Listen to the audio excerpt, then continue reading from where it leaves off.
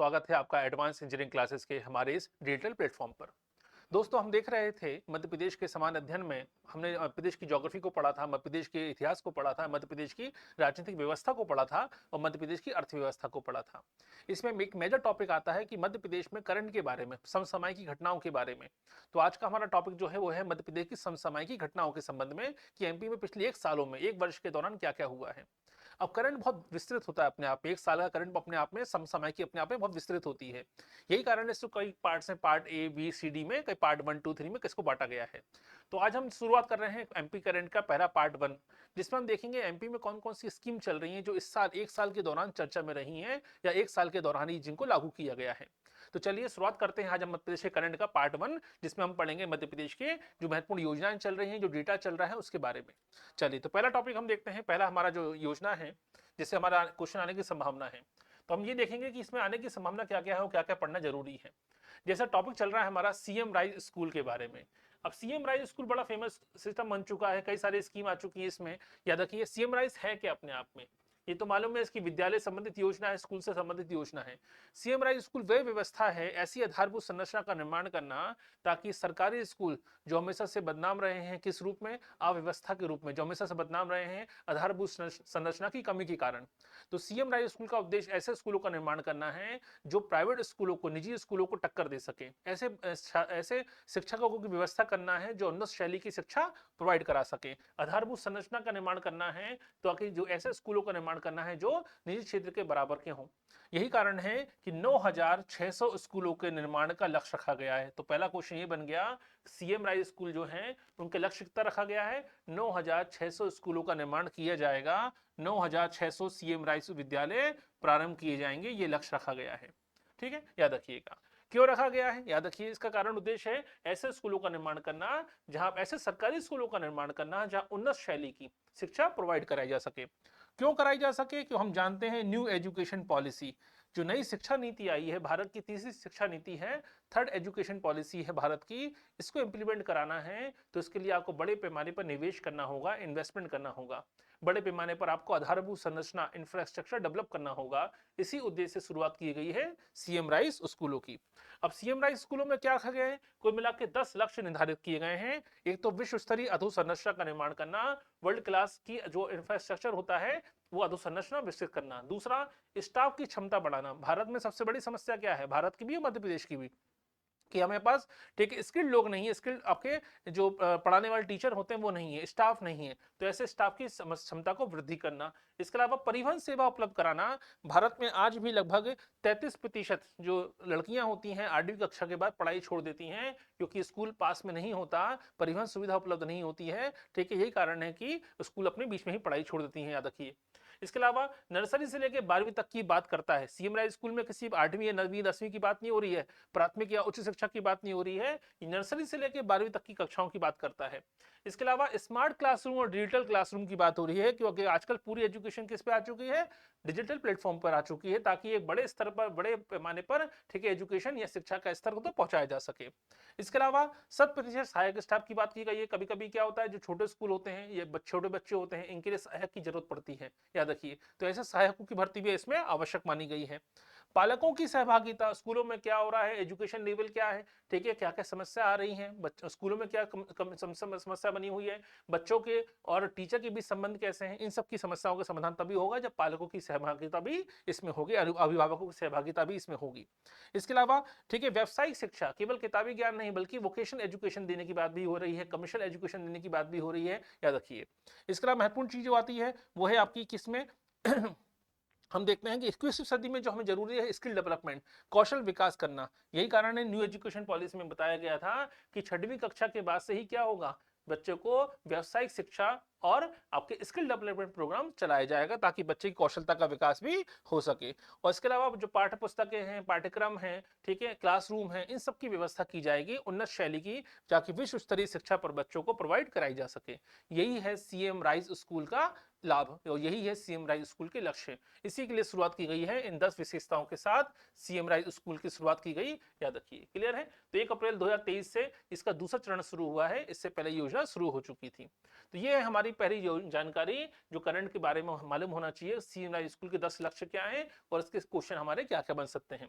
दूसरा महत्वपूर्ण क्वेश्चन आती है राष्ट्रीय खाद्य सुरक्षा के बारे में। क्वेश्चन बनता है कि राष्ट्रीय खाद्य सुरक्षा जो कानून है हमारा, नेशनल फूड सिक्योरिटी एक्ट लाया गया था, उसी के तहत 2013 में जो एक्ट पास किया गया था, इसके तहत भारत के लगभग 85% जो आबादी है वो इसमें कवर हो जाती है। याद रखिए, ग्रामीण क्षेत्रों की लगभग 75% आबादी और लगभग शहरों की लगभग 50% आबादी, याद रखिए, नेशनल फूड सिक्योरिटी में, ठीक है, इंक्लूड हो जाती है। ये दुनिया का सबसे बड़ा फूड सिक्योरिटी प्रोग्राम है, खाद्य सुरक्षा कार्यक्रम है, जिसमें 37 लाख नए हितग्राही को जोड़ा गया है मध्य प्रदेश में। याद रखिएगा, इस मामले में क्यों जोड़ा गया, याद रखिए, कारण हम जानते हैं कि 2020 में क्या हुआ, कोरोना का आपदा आई, महामारी फैली, यही कारण लॉकडाउन लगाया गया। लॉकडाउन लगाने से क्या हुआ, बड़े पैमाने पर जो एमएसएमई होते हैं, माइक्रो स्मॉल मीडियम इंटरप्राइजेस होते हैं, जो दिहाड़ी मजदूरी पे काम कर रहे मजदूर होते हैं, जो असंगठित क्षेत्र के अनऑर्गेनाइज सेक्टर के जो लेबर होती है, ये क्या हो गई, बेरोजगार हो गई।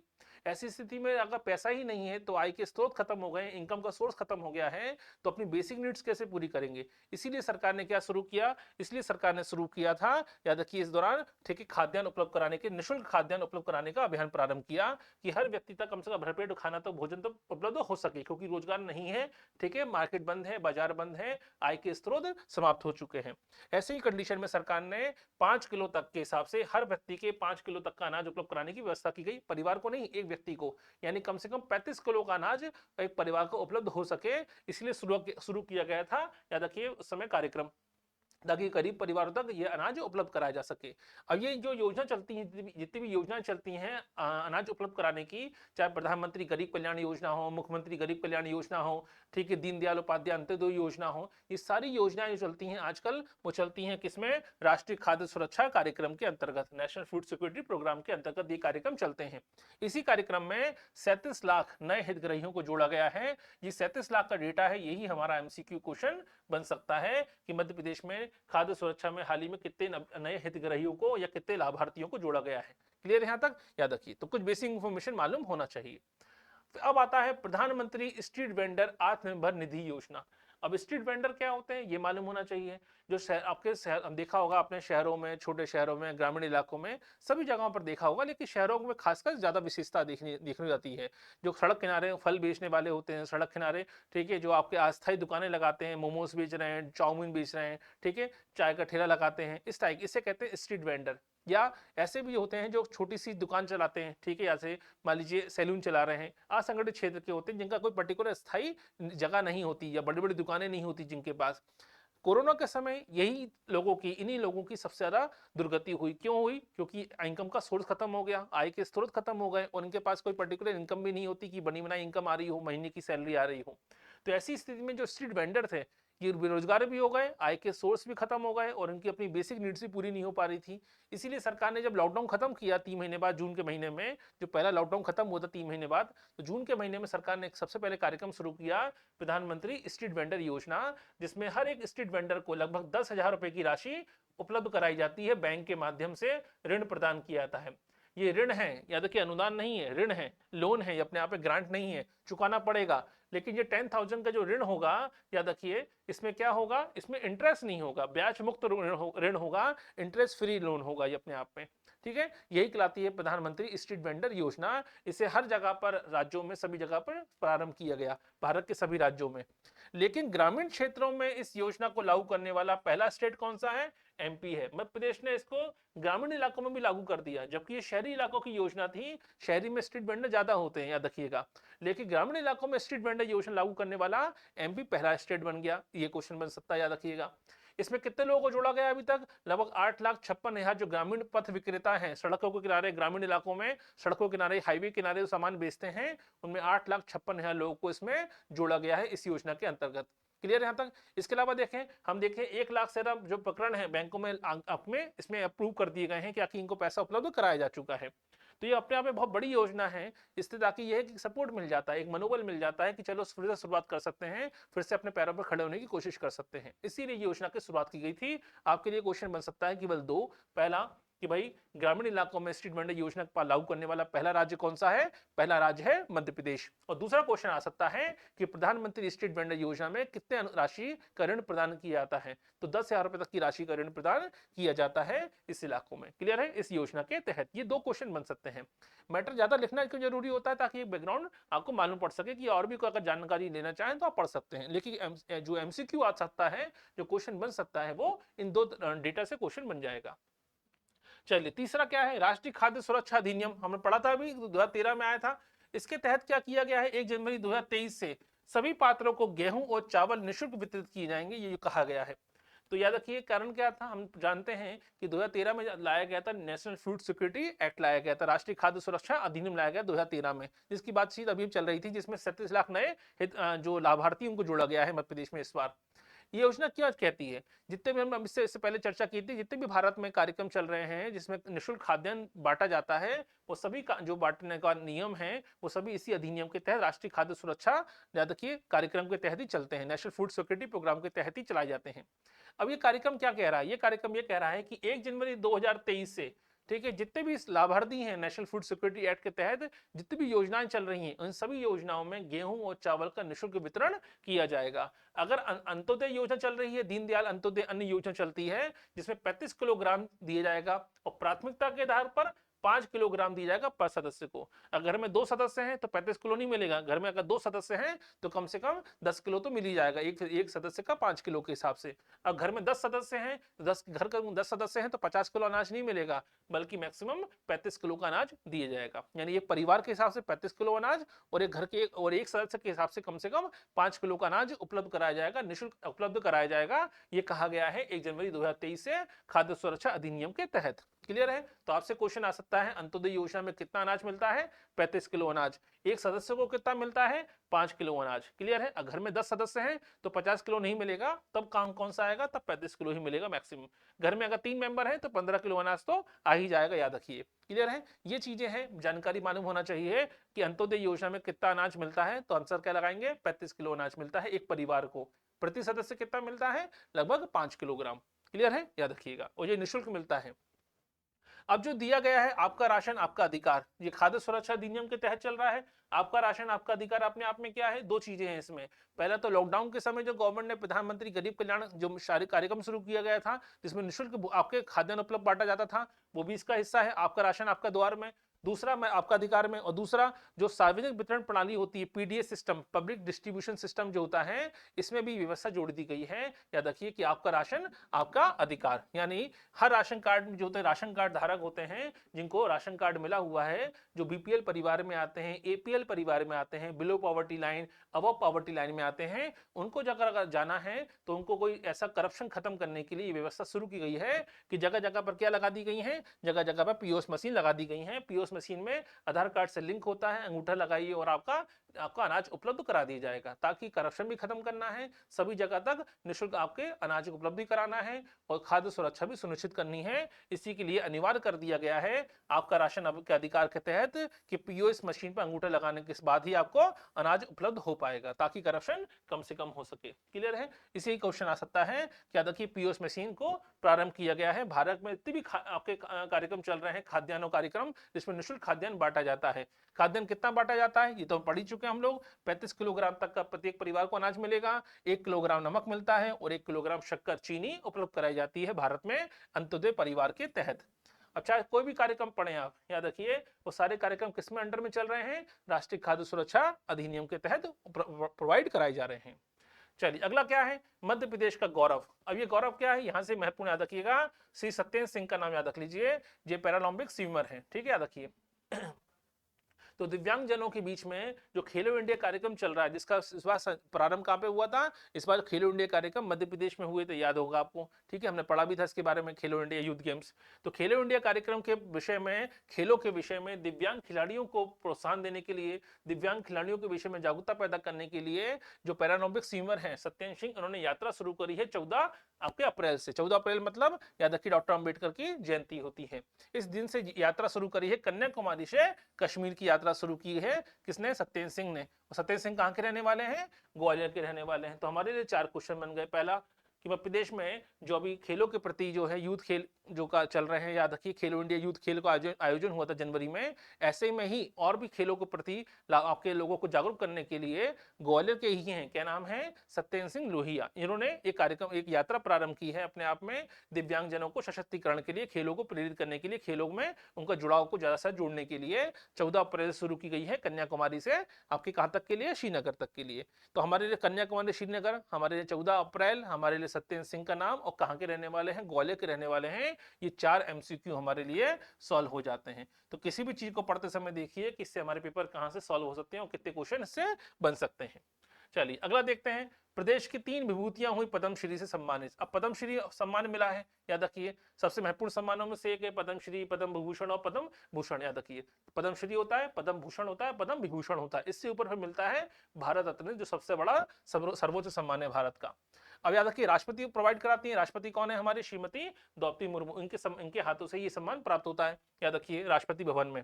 इस बार जो पद्मश्री मिला है इनके नाम महत्वपूर्ण है, याद रखिए एक है शांति परमार और एक है रमेश परमार। ठीक है, ये कहाँ के रहने वाले हैं, झाबुआ के रहने वाले दंपत्ति, हस्बैंड वाइफ हैं।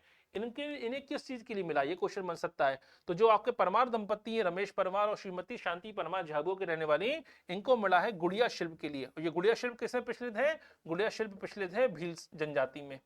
तो भील जनजाति में बड़ी फेमस है गुड़िया शिल्प, याद रखिएगा। ठीक है, इसी शिल्प कला के लिए ही, योगदान के लिए ही इनको दिया गया है कौन सा पुरस्कार, पद्मश्री से सम्मानित किया गया है।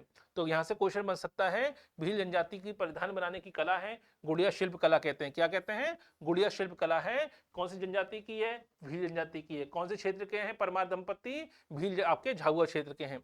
इसके अलावा और किसको मिला है, और मिला है डॉक्टर मुनीश्वर चंद्र डावर को मिला है। डॉक्टर मुनीश्वर चंद्र डावर का योगदान क्या है, ये जबलपुर के रहने वाले हैं और आज भी स्वतंत्रता के बाद से लेकर आज तक, याद रखिए जब से इन्होंने अपनी डिग्री ली है तब से लेकर आज तक ये केवल 2 रुपए में इलाज करते हैं, केवल 2 रुपए इनकी फीस है बस। ठीक है, याद रखिए, ताकि समाज के सभी लोगों तक, समाज के सभी कमजोर वर्गों तक किफायती इलाज प्रोवाइड कराया जा सके, किफायती इलाज उपलब्ध कराया जा सके। तो यहाँ से क्वेश्चन आ सकता है, डॉक्टर मुनीश चंद्र डावर जो है वो किस क्षेत्र में अपनी सेवाएं देते हैं, जबलपुर में सेवाएं देते हैं, जबलपुर के रहने वाले हैं।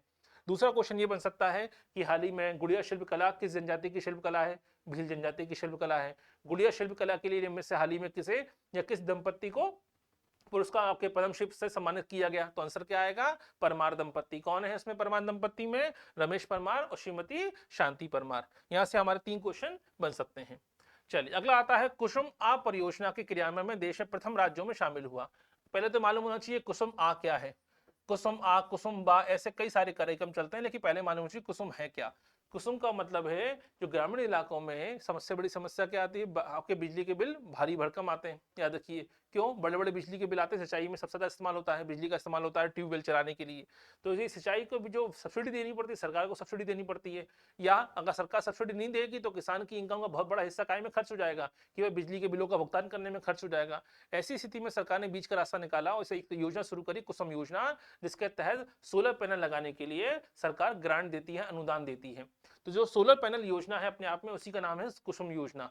कुसुम योजना के तहत सरकार सिंचाई के लिए ग्रामीण इलाकों में क्या लगवाने के लिए प्रेरित करती है, सब्सिडी प्रोवाइड कराती है, जिसे कहते हैं कुसुम योजना, सोलर पैनल के लिए। तो किसके लिए चलती है योजना, ये योजना चलती है सोलर पैनल के लिए, याद रखिए, ताकि सौर ऊर्जा को बढ़ाया जा सके ग्रामीण इलाकों में, ताकि ग्रामीण इलाकों में ऊर्जा की खपत जो हो रही है तेजी से, तो उसके लिए सोलर पंप सबसे बड़ा योगदान दे सकें, क्योंकि ग्रामीण इलाकों में सबसे बड़ी समस्या सोलर पंप की है, क्योंकि उसी पर उनकी पूरी इकोनॉमी चलती है। याद रखिए, क्लियर है। तो 6000 सोलर पंप चलेंगे आपके कुसुम बा में। कुसुम सा के दौरान ये बढ़कर 2,70,000 हो जाएंगे। यही है कुसुम आ बा सा, यानी शुरुआत में धीरे धीरे इसका स्तर बढ़ता जाएगा, धीरे धीरे इसमें लाभार्थियों की संख्या बढ़ती जाएगी, कनेक्शन की संख्या बढ़ती जाएगी। तो आसान भाषा में कहें कि कुसुम योजना का संबंध किससे है, तो आसान भाषा में कहें तो मध्य प्रदेश में जो ग्रामीण इलाकों में सोलर पैनल के द्वारा ऊर्जा उत्पादन करने, सोलर पंप का आवंटन करने, सोलर पंप के लिए सब्सिडी प्रोवाइड कराने का कार्यक्रम है कुसुम प्लान या कुसुम योजना।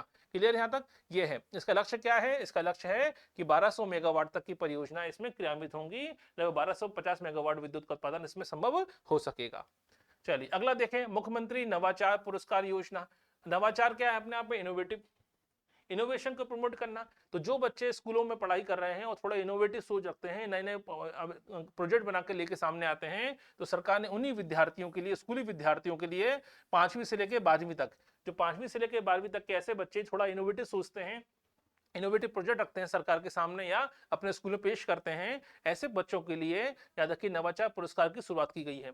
ये नवाचार पुरस्कार में 3 राशि होंगी, एक होगी 51,000 की, दूसरी होगी 31,000 रुपए की और तीसरी होगी 21,000 रुपए की। यानी जो पहला प्राइस होगा वो 51,000 रुपए का है, दूसरा प्राइस 31,000 रुपए का है और तीसरा प्राइस आपके 21,000 रुपए का है। क्लियर है? तो 51, 31 और 21,000 रुपए के 3 प्राइस होंगे।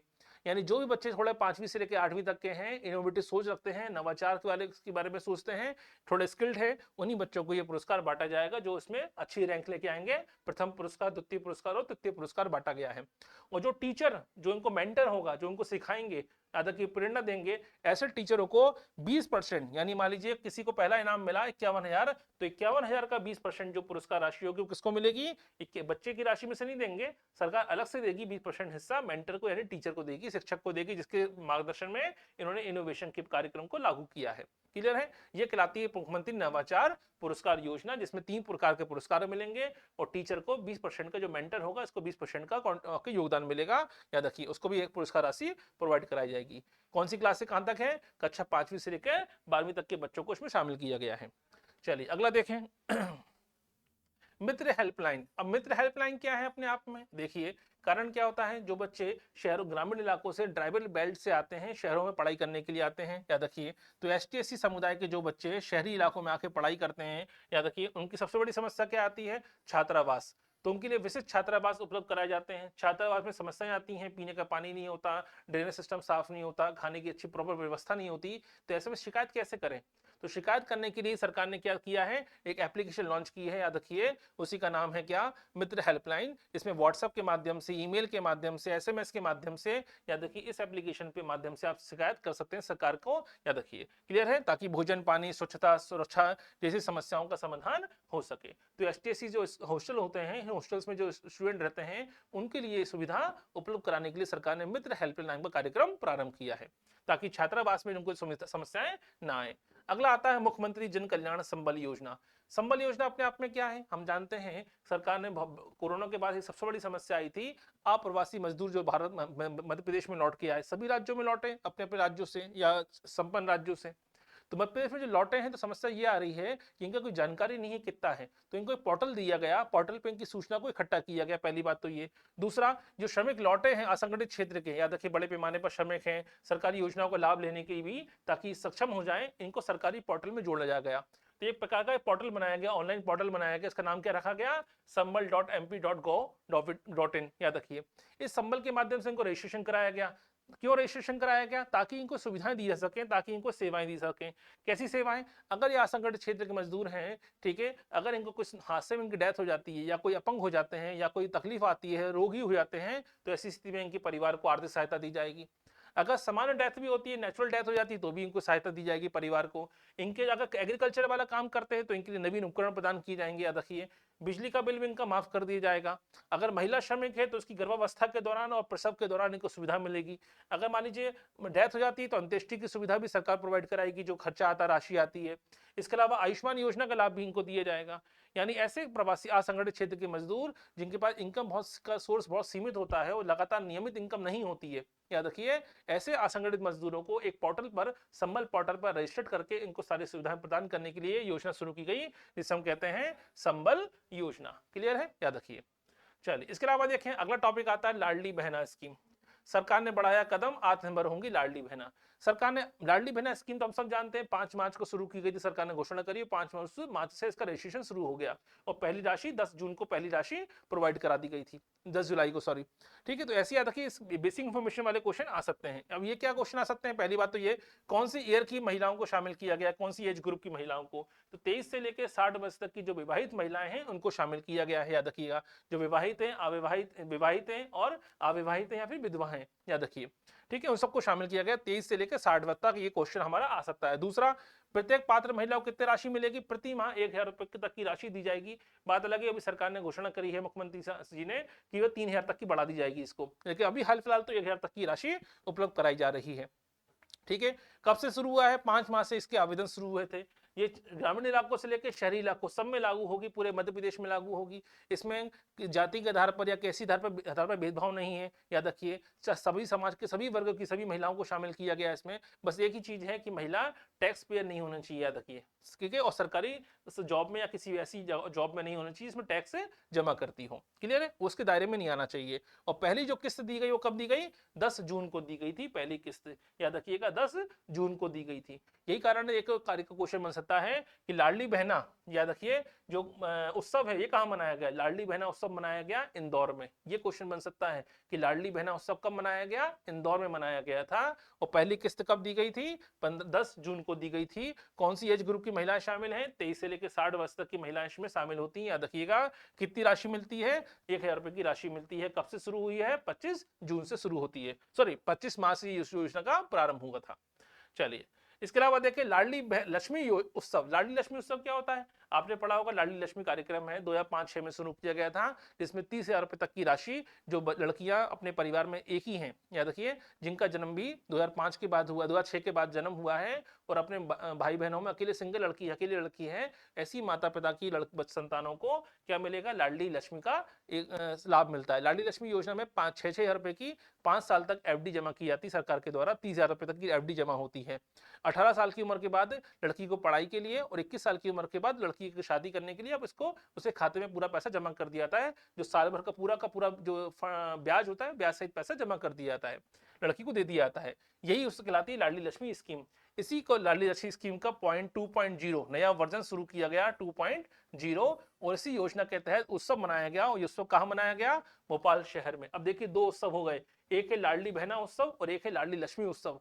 लाडली लक्ष्मी उत्सव कहाँ पे हुआ है? भोपाल में। लेकिन लाडली बहना उत्सव कहाँ पे हुआ है? ये हुआ है इंदौर में। दोनों में डाउट आ सकता है, क्वेश्चन अच्छे से आ सकते हैं। तो लाडली बहना उत्सव पूछेंगे तो इंदौर, लाडली लक्ष्मी उत्सव पूछेंगे तो याद रखिए भोपाल में हुआ है, क्लियर है। और उत्सव की स्कीम क्या है वो बता दी मैंने आपको। अब आती है वंदे भारत। वंदे भारत को कहते हैं T18, याद रखिए, कभी कभी क्वेश्चन बन सकता है। T18 जो गाड़ी है इसी को कहते हैं वंदे भारत। T90 मत करते हैं, T90 तो युद्ध टैंक है, वॉर टैंक है हमारा। T18 क्या है? इसी को कहते हैं आपके वंदे भारत। तो भारत की 11वीं वंदे भारत, याद रखिए, कौन सी? 11वीं। पहली कौन सी थी? वो दिल्ली से बनारस की बीच चली थी पहली।